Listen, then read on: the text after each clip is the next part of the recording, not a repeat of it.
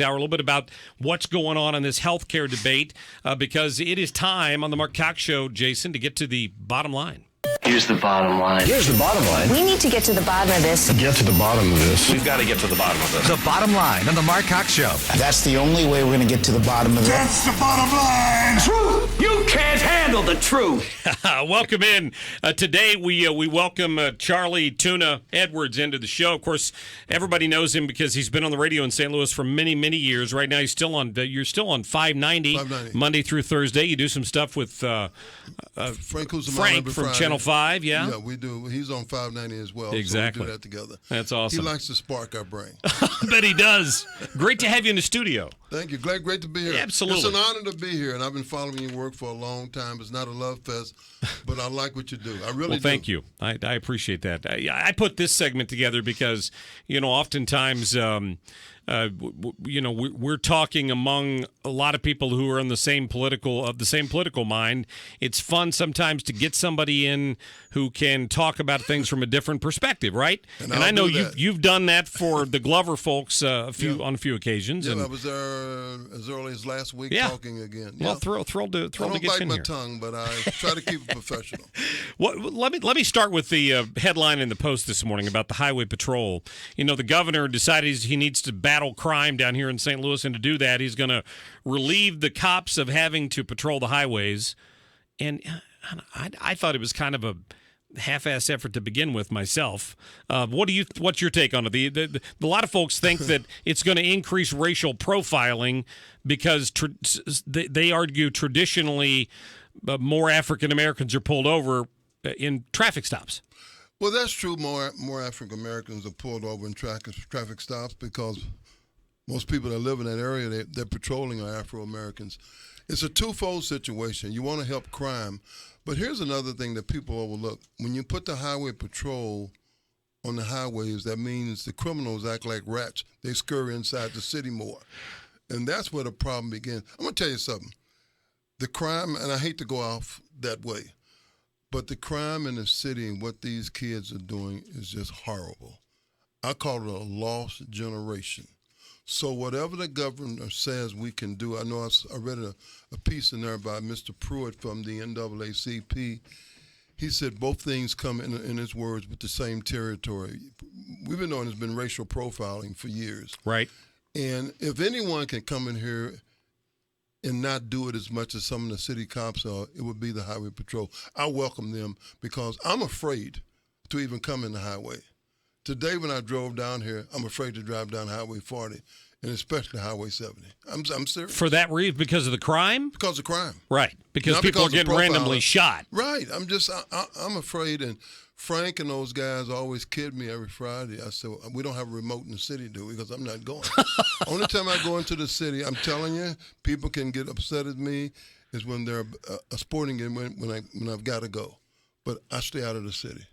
Wow. Yeah, that's telling. I mean, that's a shame. When you have to drive down here for work every day, you worry about things like that. You worry. Do you ever worry? I don't know. I drove down here every day for 20 years when I worked at Channel 4. I really, because of that, probably haven't given it a great deal of thought until you add up the fact that people are getting shot on I-44 now. That wasn't random. I understand that. But the couple of the ones on I-55 have been random shootings. So I could see that. I worry more, walk into the car or walk into Scott Trade Center when you have to walk past this Metrolink station up here. People get robbed. There's drug deals going on. Well, the problem they have, I think the police have a tough job. Sometimes they make it tougher. But when if you walk outside of Busch Stadium or the Scottrade, there are a ton of police officers there. Sure. But the problem is, like you say, to get to your car. I was at a Stevie Wonder concert last year downtown. It was at Scottrade. So my girlfriend and I walked to our car. The cops were everywhere. When we walked to our car, I was like afraid. There was nobody around. There was nobody around. Like the poor guy that got shot in the back at the Cardinal game a year or two ago. Right, down with the stadium. The cops need to be away from the stadium as much and be on these little small streets where they see the population grows when these people come in town for sporting events or concerts. Do you support concealed carry and people's ability to protect themselves? Absolutely. Yeah.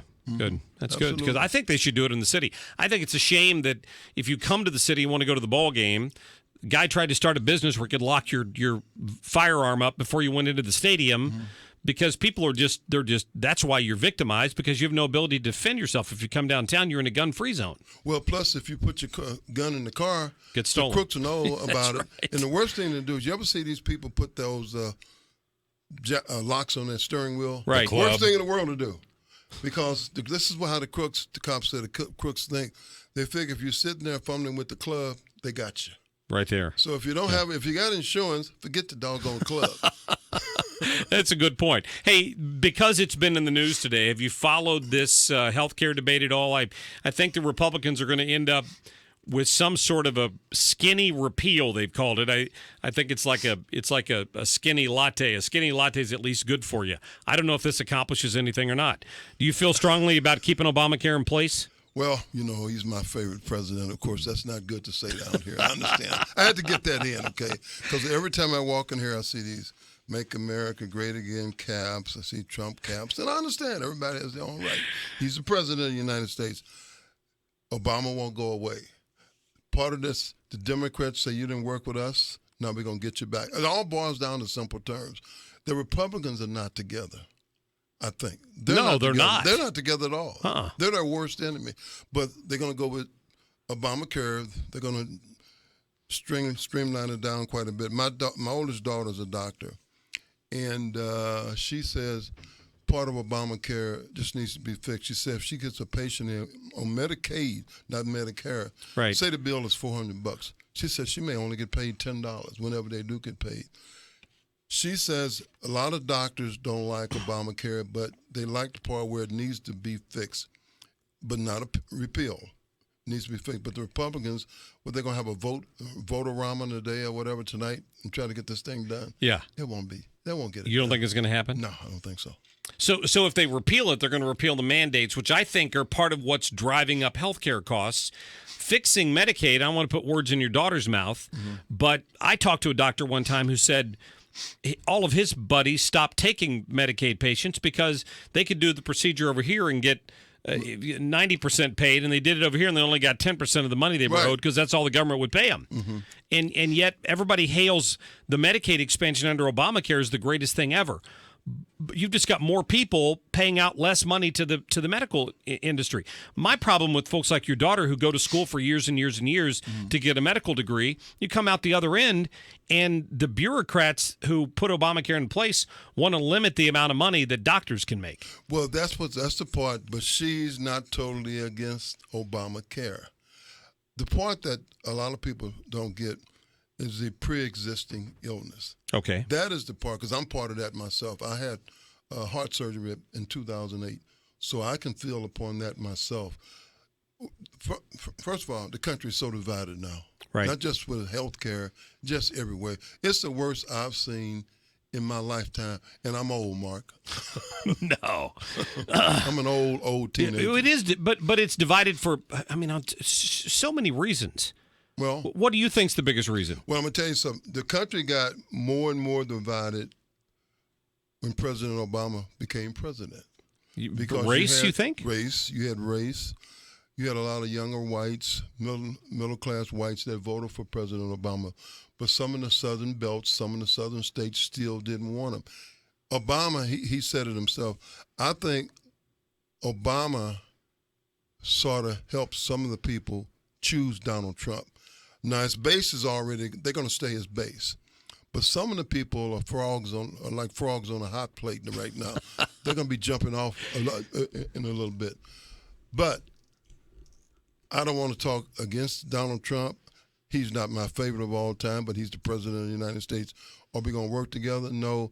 And then when Trump comes into office, I'm jumping around now. When President Trump came into office, he brought barriers of prejudice to a different level.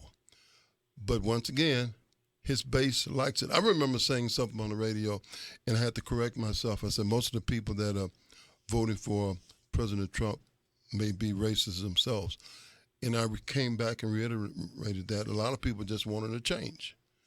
And I would not say that. I didn't see the race I don't understand the racism part of that. When I see people on the street, and I ran into people when I was on vacation from the United States still claiming that he's not my president kind of thing. Who's that, Trump? Trump. People saying Trump's not my president. I'm like, well, he's your president as much as Obama was my president. For me, the color thing doesn't fly because I could have cared less whether it was Barack Obama or Hillary Clinton who got elected back in 2008. I hate their policies. Right. I disagree with their policies. So to me, Hillary Clinton would have been just as bad as Barack Obama, somebody representative of the progressive left. I didn't care what color he was. I think you're right. There were certainly people, racism exists in this country, and there were certainly people who probably didn't like him because he was African American. But as an African American, I don't think you necessarily, as a group, you didn't thrive under him as president. I mean, unemployment was high. There were a lot of problems. Personally, I did. Okay, well, all right. Personally, all right. I did. We found the exception, Charlie. Personally, I did. Now, I know a lot of Afro-Americans, I can't speak for everybody, did prosper somewhat. And in the face of Afro-Americans, they thought Congress, at the time, it was mostly Democratic.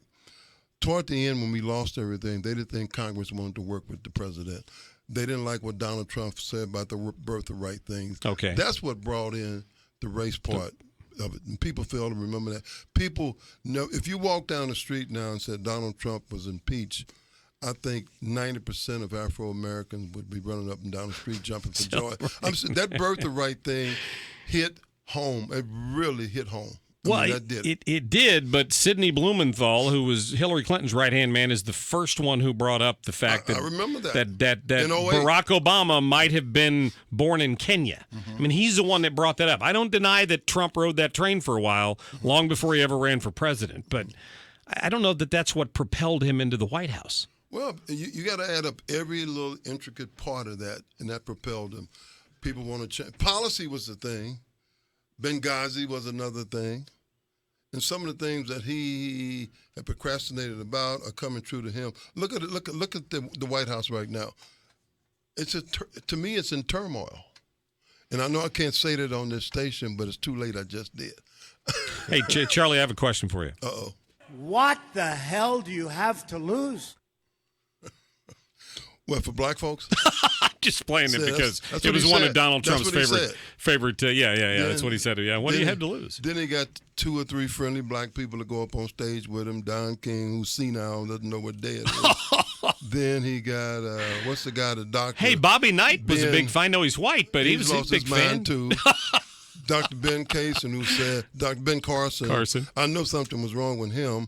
He did 2 things when he was running for president. He said, I got to go home and get some clothes. He said that to a crowd. I said, wait a minute, don't do that. But the one thing he said, I wanted to kill my mother with a hammer. Remember that? Yeah, you remember somebody that said that he said that. Said that in a book or something, right? When he was younger. He wanted to kill his mother. He's a with brain hammer. surgeon, though. You can't claim that he's crazy. I don't know, but those are. But Donald. I was on. I listened to. You know who Tom Joyner is? Yes. Tom Joyner was on this morning, and it was his national show. He was talking about Trump, and he was talking about getting tickets. I mentioned that to you in the hallway, but I mean, it's just all over the country. It's just if you listen to Afro-American people, it's just everybody's anti-Trump. I know. Anti-Trump. I don't understand it. A rising tide lifts all boats. If he gets this economy turned around, if they ever let him do anything, everybody benefits. If we get more employment, the economy's going up. Well, everybody benefits. If my aunt was a man, she'd be my uncle, too. Hey, we're not talking about the transgender issue today, all right? Come on. All right, Charlie Tuna, thanks for your time, my friend. Thank you. We'll have you in again sometime. Listen to him on 590 The Fan, Monday through Thursday in the evenings, and, of course, with Frank Cusimano on Fridays. All right, we're going to get to a break. I'll get to your phone calls, 314-969